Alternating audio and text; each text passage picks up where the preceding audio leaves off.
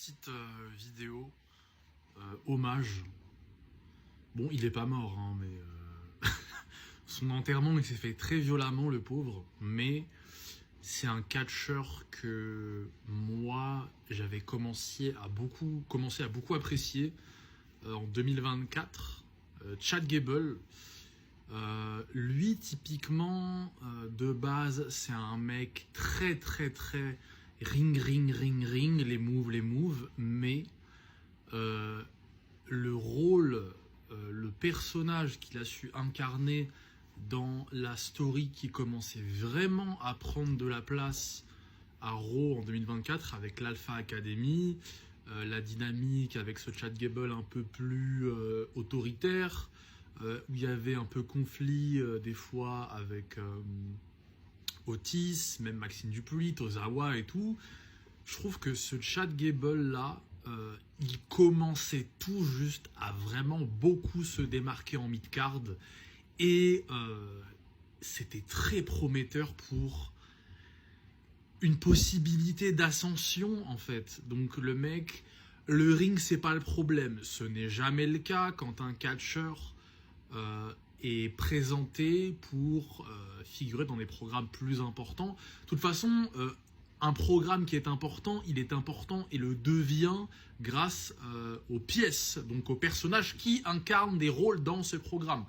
Donc Chad Gable, c'est un mec qui clairement montrait des qualités à cette période-là qui pouvaient lui permettre peut-être de faire des trucs plus hauts quoi, dans la carte, peut-être dans le main event, machin et tout.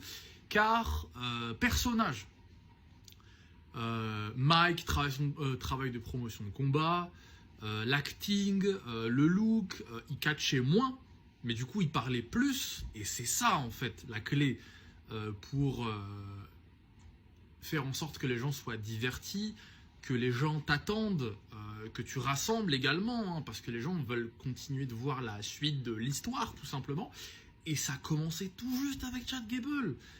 Et bon, au niveau du mic, c'était pas mal du tout, c'était marrant. Bon, ça ressemble beaucoup à Kurt Angle, mais c'est pas grave.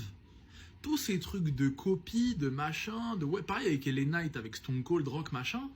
Et alors, c'est divertissant quand même, et c'est très bien fait. Donc, et en plus, c'est pas les mêmes époques, ils performent pas avec les mêmes performeurs, les histoires sont différentes. Donc, quand bien même ils sont amenés à copier certains traits, c'est pas grave, puisque de toute façon le résultat n'est pas le même vu qu'on parle d'autre chose. Mais Chad Gable, typiquement, de toute façon, ça ressemble énormément à Kurt Angle, hein, mais c'était bien. Il était marrant, il était intimidant, il était bon acteur. Quand il était, en plus, Chad Gable, il est petit. Il est petit, mais du coup, le côté autoritaire qu'il avait dans ces programmes-là lui donnait beaucoup de force et de crédibilité dans son groupe.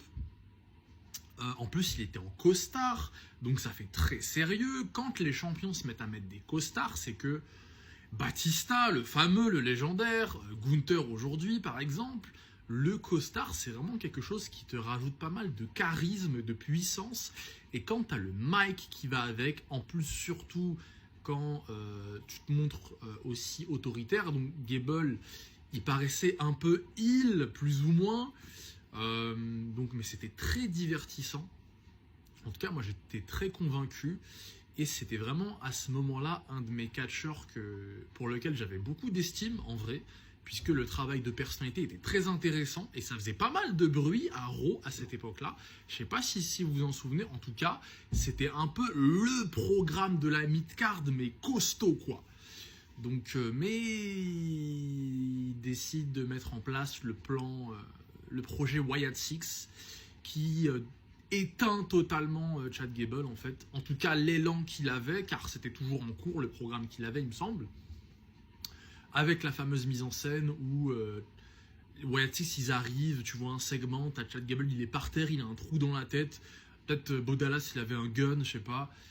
Mais vraiment, Wyatt Six, ça a totalement stoppé net le projet, en tout cas le programme et ce que Chad Gable réussissait à faire comme prestation avec l'Alpha Academy à ce moment-là. Et moi, ça m'a vraiment dégoûté, surtout quand tu vois ce que Wyatt Six représente aujourd'hui. C'est c'est mauvais, c'est totalement dépassé et c'est beaucoup trop. En fait, c'est beaucoup trop copié. Là, pour le coup, on parle de copie. C'est trop calé en fait sur Bray Wyatt et la Wyatt Family.